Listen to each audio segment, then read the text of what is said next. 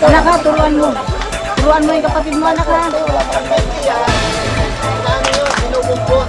Sino rito sa inyo gumagamit? Sabi ng Panginoon, alang-alang sa Diyos, alang-alang sa pag-ibig ng Diyos, tinatalikuran mo ngayon yung masamang pamumuhay. At ikaw ay sasampalataya. Panginoon, walang nangaral sa akin para kami sumampalataya sa iyo. Hindi, no?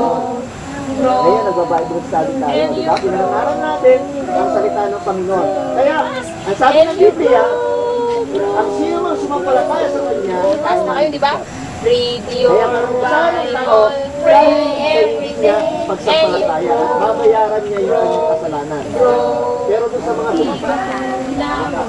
umuwi si Jesus at nakan niya nalikaan. Kaya ng kanyang pinagawian, pumasok siya sa sinalugan ng araw ng pamamayagan. Hindi siya upang pumasok at bumigay sa kanya ang kanyang isaya. Buksan niya ang lahat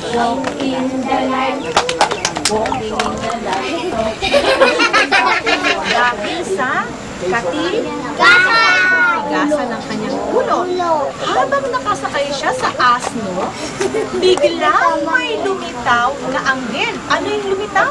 Anghel! May biglang gagaling ng mga bata.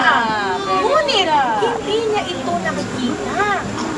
Habang nakasakay siya doon sa asno, hinumabas na angel, ang anghel. Nakikita ni Balaam. Nakakakita lang ay ang asno. Nais ng anghel na patayin si Balaam. Nako. Bakit kaya siya nais patayin niya? No? Ibig sabihin, parusahan, no? Kasi nga, ano yung sabi kanina? Dahil siya ay may katigasan ng ulo. Ibig sabihin, kuya. Pag sinasabi lang kayo, papakayasan ng nanay na tigas-tigas talaga ng ulo mo. Sinasabi lang ng nanay, diba? Ano yung tinuro kaninang kanta niya? dahil ang Diyos ang pag-ambis ang nakasama sa mga kapatid. Sabi niya, Buhay ninyo. ano yan? With your Kapayapa. Bible. Hindi naman sinabing sasabihin nyo, ay, hindi, sa Diyos lang ako, pero lahat ng kapitbahay mo, kaaway mo. Pag dumating na daw yung 15 years na yun, ang gagawin nila? Lahat ng mga aming mga isalanan, pati yung mga alipin, kailangan nila. Yung mga alipin nila, palalayain nila yun, kailangan. At gawing mabuti. Pag may utang sa kanila yung kanilang Aming mga puso. kailangan nilang i-cancelin yung tawag nila cancelin ako. Di ba tayo, pag nakautang tayo, Aming buhay. pag nakautang, di ba tayo nakakabayad dito? Aming puso. Na binutang natin, yung tubo ka lang. Hanggang mag-aapo ka lang. Aming Panginoon. Kapatigas. Aking buhay. Sabi ng Panginoon, darating yung panahon na Sundan niyo po. Aking pangalan. naranasan yung year of jubilation. Sa anak ng buhay. Sabihin ko sa inyo, mga kapatid, kasama niya sa mga una yung kapayapaan ng ating puso. Magiging mapayapa ang ating buhay. Magiging masaya kayo sa inyong bahay. Okay. Sabi dito, Sa verse 19, basahin ko lalaki.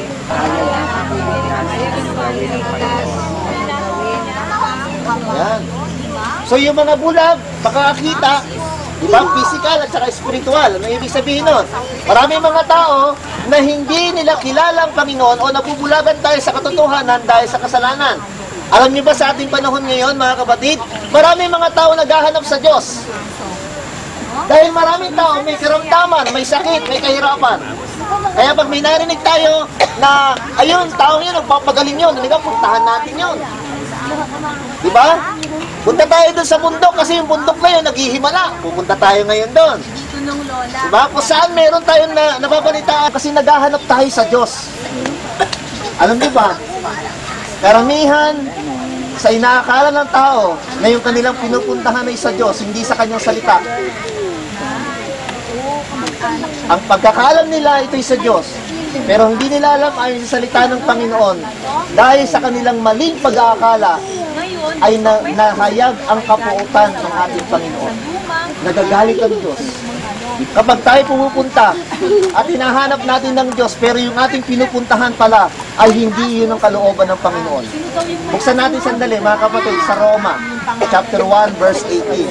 At sinamba natin ng Diyos pamamagitan ng ating Panginoong Yesus. At tandaan po ninyo, magsisimulang magkaroon ng kaluwagan ng buhay ninyo. Ang sagot ng ating kahirapan, mga kapatid, tandaan natin, hindi yung pagbabago ng gobyerno natin. Hindi magsisimula daw bagamat instrumento ng ating gobyerno. Hindi yung bagong mayor, hindi yung bagong kapitan, o hindi yung bagong kapitbahay natin ang kailangang mapalitan para magbago ang buhay natin. Para sinasabi natin, lumayas lang yung kapitbahay ko na yan dito sa harapan ko, siguro magbabago na buhay ko talaga. Kapatid, kahit wala ka ng kapitbahay, pag wala kang relasyon sa Panginoon, hindi pa rin magbabago buhay mo.